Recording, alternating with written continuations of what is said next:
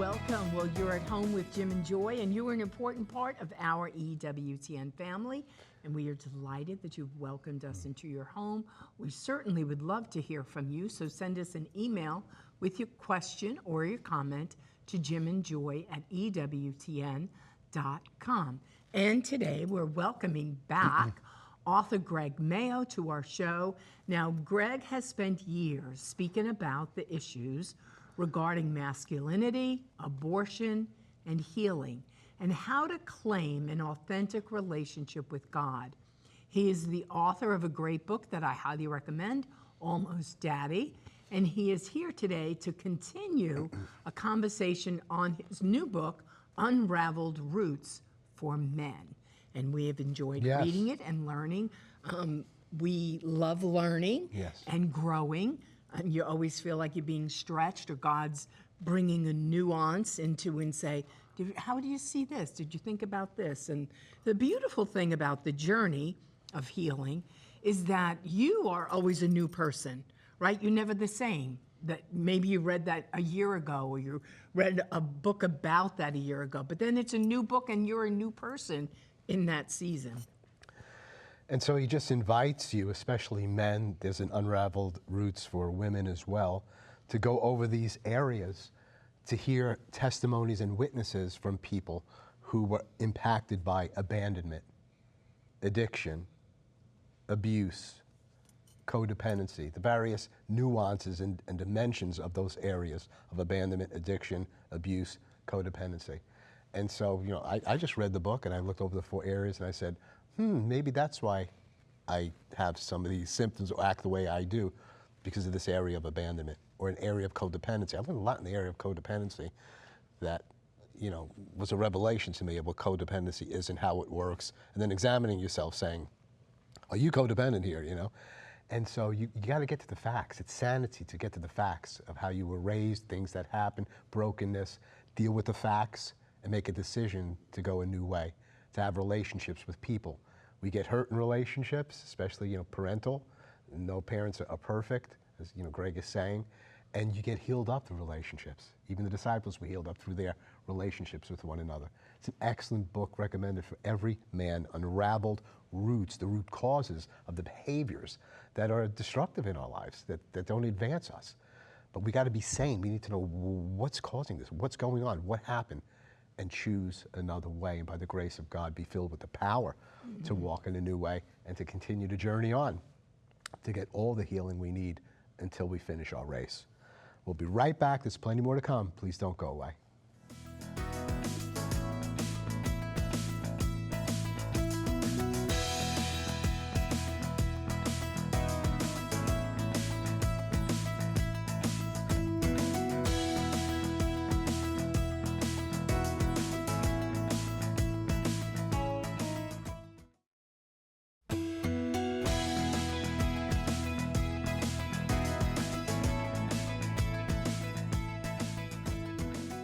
Welcome back. Well, our guest today, again, is Greg Mayo, and he's here to continue his beautiful conversation about his book, Unraveled Roots for Men.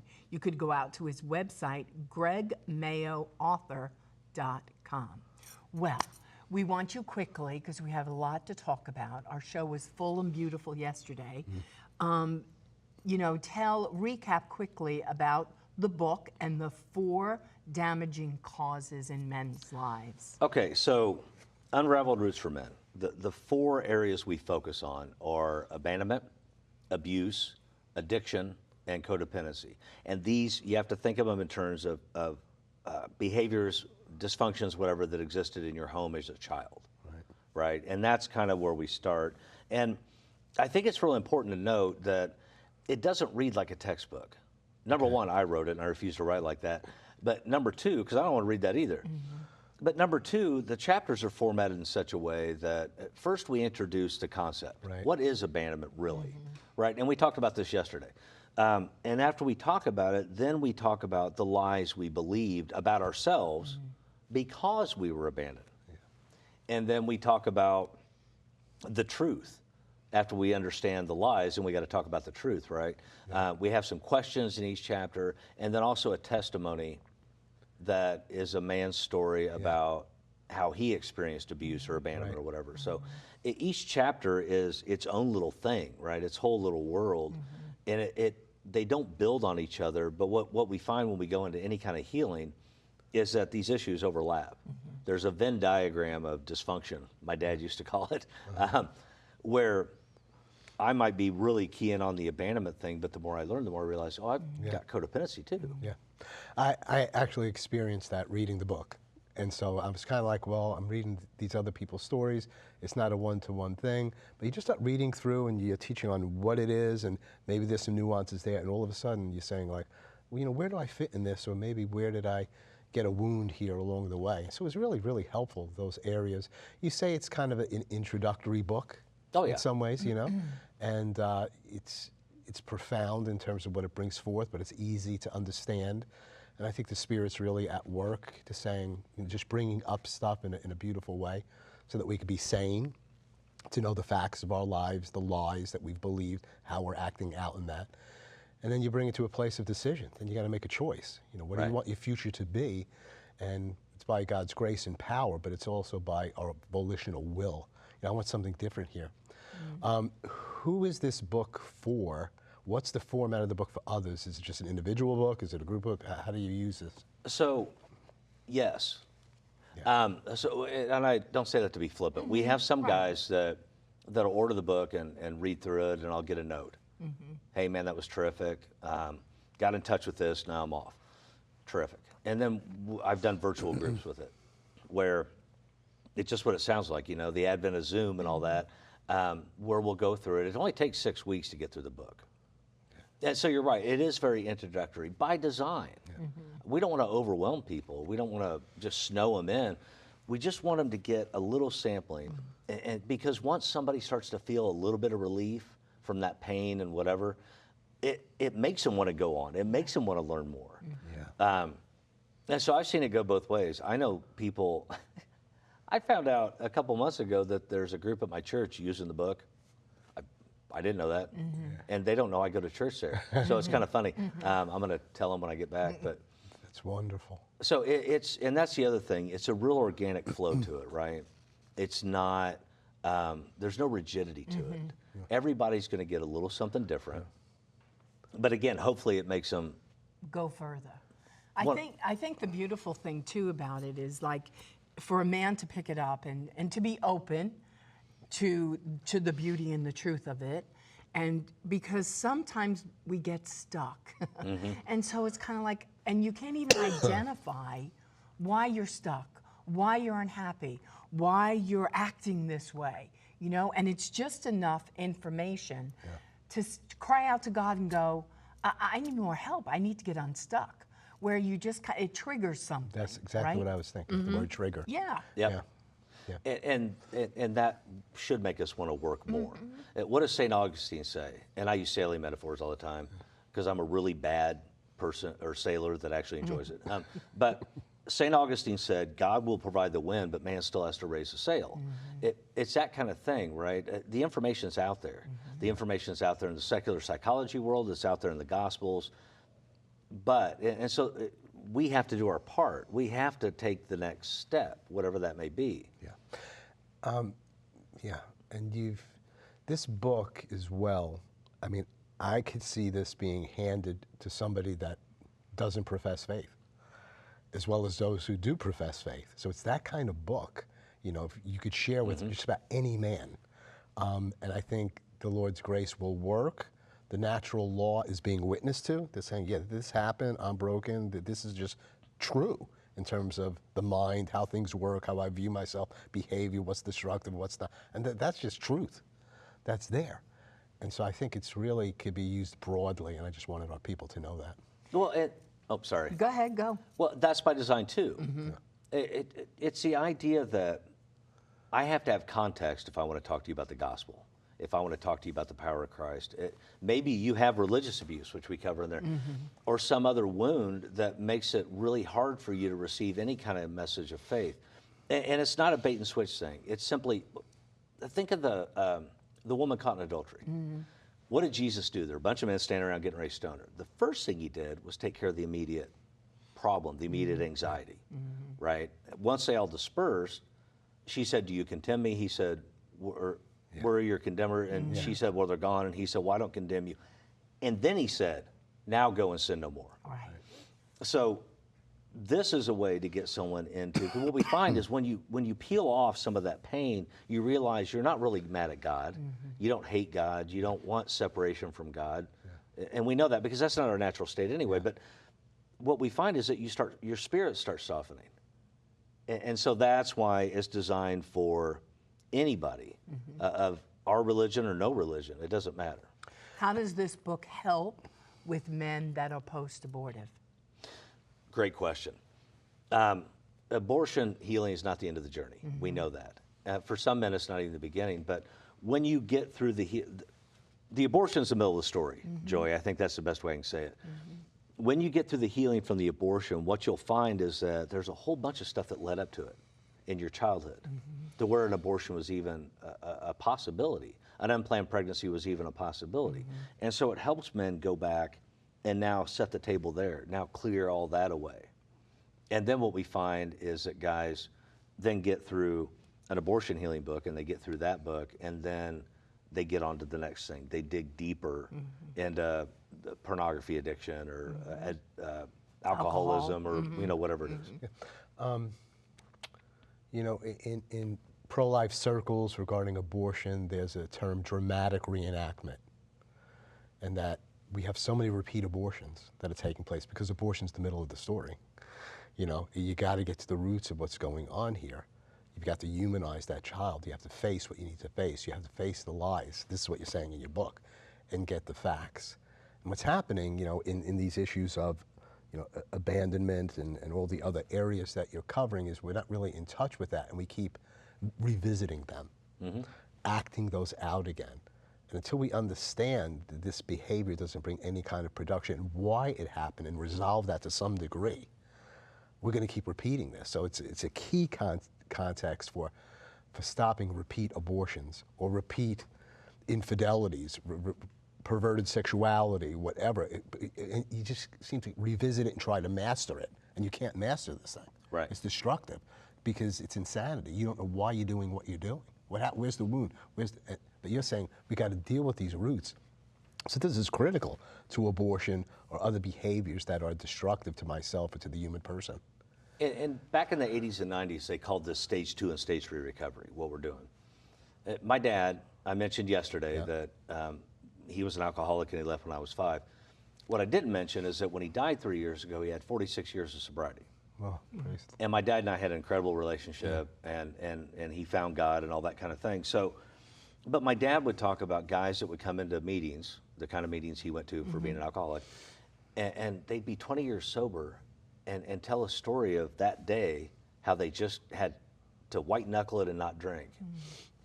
And I remember asking my dad why. And he said, well, it's simple. They haven't dealt with what made them drink in the first place. It's the same thing with Unraveled Roots. That's what we're doing. What got you to the abortion crossroad? Were you abandoned? Were you looking for affection from your mother and you didn't get it, so you looked for it in women? Did you separate yourself from God and therefore followed secular life? There's all these different things. And it's not only choosing behaviors that are bad behaviors. Sometimes, we're just a victim, and we can't function properly or behave properly because we're full of anxiety and fear. If something's missing, like the abandonment kind of area, the resource isn't there, or something wasn't poured into us, and you still don't get that. Others, it's making choices that are really, destructive. The other thing is, I don't know why I feel the way I feel. Lord, I don't know if I'll ever know that in fullness, but whatever it is, I need to deal with this because it's not productive in the relationships that I'm having. Right. It seems like a different dimensions to these things. There is, and we talk about in that book and in a lot of other places, there are multiple layers to healing. And you even talked in the intro to the show about, hey, you may revisit this subject in a year. You're a different person, right? It's that Greek philosopher Heraclitus who said, you can never step in the same river twice because you pull your foot out and put it right back in, the river's already changed, and so have you. And so that's why we talk about those layers, Jim. We talk about how you may brush up against a need to heal from abandonment, but then in a couple of years, as you've learned more and grown more, you may realize there's more I got to go back here and do. That's the beauty of the 12 steps, right? Right. And that's the beauty of the journey of life. And that's why, as a people of God, we have to be holy and pure and keep pursuing, right? And just saying, so we could get rid of all the things that entangle us, right? Yep. And that's forever. Would you, in your experiences, would you say that most men need healing? Yes. And my experience would also say most men aren't aware of it. I can't tell you the number of guys who have said, well, it's just how I am. Yeah. Take me as I am. This right. is it. This is as good as it gets. And I think, how sad. I've spent my entire adult life trying to become better. Right. And be a better version of you. Right. And I will spend the rest of it doing the very same. To get to this place in life where you think, well, this is just how it is, to me, that's tragic. Right. Now, the work is hard. It can be. And it can be messy and it can be painful. And maybe that's, you know, my boots I've had for 10 years, they're comfortable. Yeah, they're broken and maybe my feet hurt some days, but I'm just used to them. I'll just keep wearing them. But choose your hard. Work is hard. Being stuck is hard. Right. Yeah. I bring this up periodically now since I turned 70. And You're young. yeah. And so, so 70. And, you know, when I turned 70, the day I turned 70, I said to the Lord, you know, it's been a lot in my life, these 70. Lord, you know, where are we going? What do you want from me? Like, what do you want? And he said, I want the best of you. And I just said, wow. And I really felt like that was the Lord.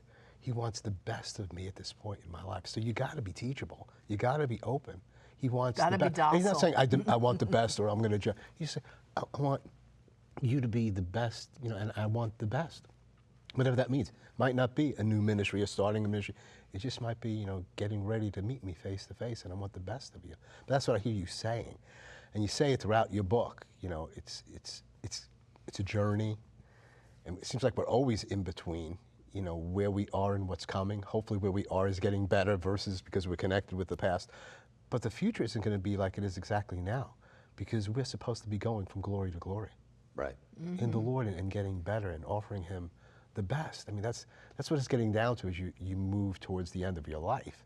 It's just like, Lord, I want to get ready for that. I don't want to shrink back in fear. I just want to give you the best, whatever that is. You know it more than I know it. Would you do that in me? I want to learn these areas, see where I was wounded and hurt. But I have one area, you know, and I just said to the Lord, I don't even know why I am the way I am, but you have permission just to move in me. If you want to show me, fine. If you don't, fine. But I don't want to, you know, be quite like this, you know. And I want to move on. Right. It father me where I've not been fathered. Yeah. You know, teach me where I'm weak. You know, show me what I need to learn.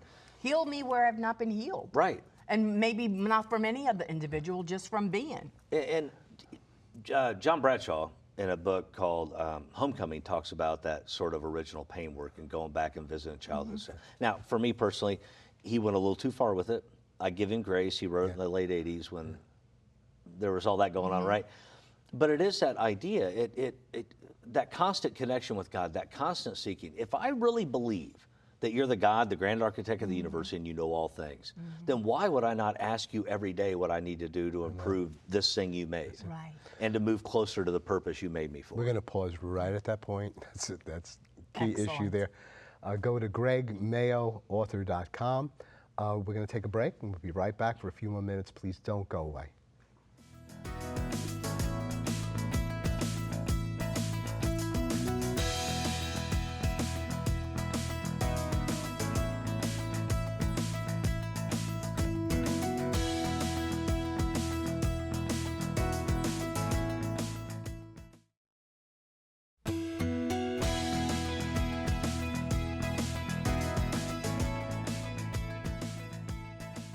Wrapping up our conversation with author Greg Mayo, sharing about Unraveled Roots, 4 causes of damaging behaviors in men that result in bad fruit. We want good fruit.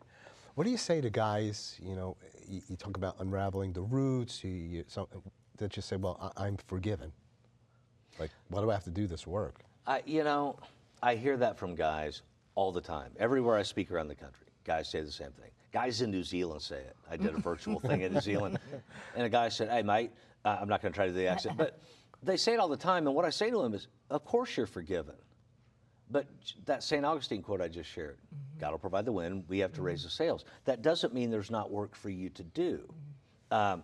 If you pray for rain and God sends the rain and you didn't plant seed, who failed? You or God? And so it's one thing to be forgiven by Christ.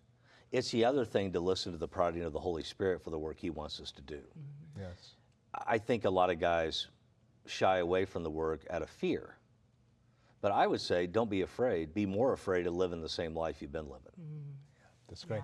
Yeah, I encourage our priests, when they're hearing confessions, if somebody comes forth with, I've had an abortion, thinking of women here in particular, that they have material to give to them. Because it says to them, it's not only about forgiveness, it's about getting in touch with how this happened in the roots. Yep. Same thing with men. Maybe I'll say to go, you know, your book or something, they should have some materials on what you're doing with men that are coming. Because yes, you are forgiven, but are you really set free? You're set free from the sin, but it's like, do you understand? Have you made the connection, or you may be going this way? Again, it may not even be, but maybe other areas. So there's that thing of forgiveness that you've received from the Lord and him alone, through the priest, we believe as well, saying it. And but that doesn't mean you've done the work, or that you might not need more work. Right. Or even if you've done a book, then there could be a retreat weekend, or there's always more. What are you there's offering? More layers. What are you that onion. offering? How do people get in touch with you? What are you offering electronically? What are you offering in person? So, Joy, we are working on a model for a retreat weekend where we go into a whole lot of, but it's going to be an experiential model where you're actually doing stuff.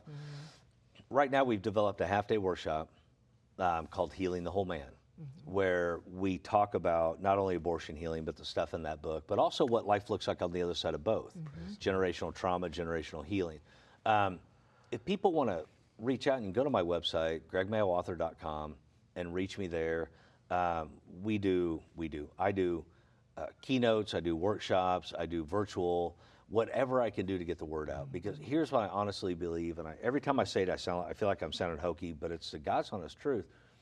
When I took on this ministry in November of 20, I told God, whatever you want to do, I'm all in. And you got to be careful when you say that to God. Sure. But so I've gone in churches where I've spoken to 3 guys. I've done half-day workshops for 27 priests. Like I've been in large churches where there's 2,000 people. I don't care. Right. Whoever needs the message. Because the more men that we can help lead to healing, not heal, I can't heal anybody, but the more men we can show the path, we can open the door for, our churches elevate, our families elevate, our society elevates. Right. Everybody wins. There's no lose to men healing. That's right. Greg, thank you so much. Thanks for doing the second book, Unraveled Roots. You're always welcome here. Pray that you have been blessed by this time. Go to ewtnrc.com and his website as well, Unraveled Roots for Men, 4 Causes of Damaging Behavior. You're an important part of this family. You're never alone. You're always at home with Jim and Joy. Bye now.